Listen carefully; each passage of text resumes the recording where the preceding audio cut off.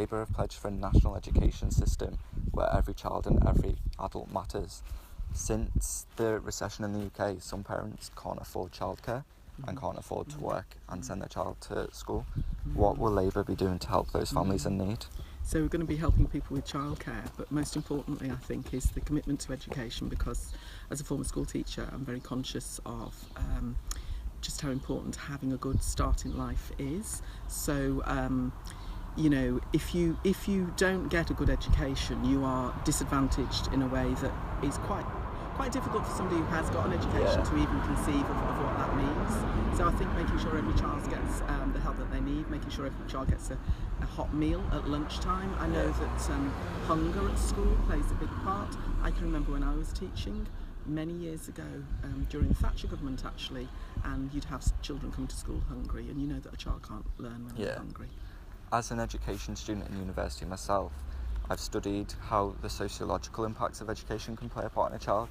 Do you think that the increase of apprenticeships for children who aren't as academically talented in a way will help children sustain a life and be able to have a good career through vocational courses? I think it's massively important that there are all sorts of routes that people can take, because not everybody's academic, not everybody wants to be academic, and actually some people who've got the potential to be academic may well want to do something different with their lives that involves a vocational route instead. And I think we do need to value those qualifications and those routes to employment as much as we do university education. I think for too long as a country we've had a bit of a hierarchy around valuing people, and I think that's absolutely wrong, because everybody's got something to offer, whatever that thing is, and it's important that we harness, you know, people's potential, and that's how you get an enriched society, and it's how people can feel good about themselves, and people need to feel good about themselves, and I think you know, I think that's a very important aspect of having a healthy culture. You spoke previously about the free school meals. Yesterday, I think it was, saw Theresa May said she will take away free school meals. What are your personal, regardless of being an MP, what are your thoughts as a previous teacher on that? I think she's completely out of touch. I think she really doesn't realise how many people are struggling to feed their children, and I think she doesn't really believe in state provision of anything. And I think there's a range of aspects to it. I think that the erosion of the welfare state that we've seen in the last 7 years under the Tories and the Liberal Democrats actually is very clear evidence that the Conservatives do not want a welfare state of any description. So I am sure something like a universal benefit, if you want to describe it that way, of free school meals is something that would be anathema to her ideologically, and you know, she's trying to position herself as somebody who cares about working people. See absolutely no evidence of it, no evidence whatsoever. You know, a good hot meal for a child in the middle of the day will make all the difference to their learning, and we know that it does. You know, there's been plenty of research to show that. Labour believes that education should be free for all. Previously, the Tory government allowed universities to raise the fees to £9,000 per year and scrapped maintenance grants. How will Labour be able to implement free university tuition? So what we're going to do is we're going to increase corporation tax. We've got the lowest corporation tax in Europe, I think. It makes absolutely no sense. It's very clear. To me, it's been quite shocking that in a period that the government has decided to press ahead with all sorts of what they call austerity measures, that they have chosen to do that when there's been absolutely no need to do so.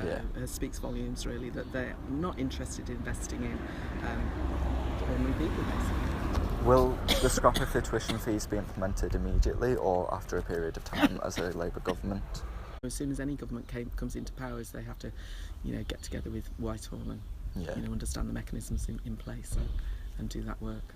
Will students who have recently graduated be expected to pay their tuition fees back, or will that be wiped away too? Well, I know that there is a lot of students aren't repaying their tuition fees, and in fact it's costing the public purse. So I'm sure that will be looked at as part of that package. As a upcoming graduate, that's something really exciting to hear.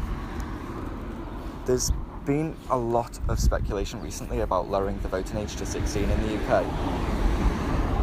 When I was 16, I wasn't as politically aware as I am now. Do you think that lowering the age to 16 would possibly damage our democratic society? I don't, and the reason I don't is that, you know, when you're 16, you're able to pay tax, you're able to get married, you're able to join the army, Yeah. you're able to have all sorts of responsibilities. And I think that if we lower it to 16, which I'm in favour of, it will mean that, you know, people will still be at school when they first vote.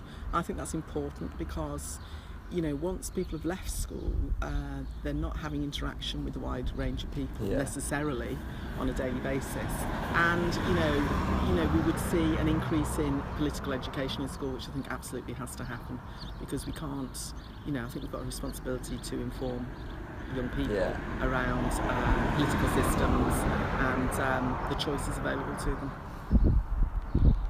How can a Labour government ensure that the divorce from the European Union will be as smooth and as safe as possible for UK citizens? I think what I'd say is it's about where your focus of priorities are. So, you know, Theresa May is taking a position which is very much kind of, she wants to present herself as tough and strong.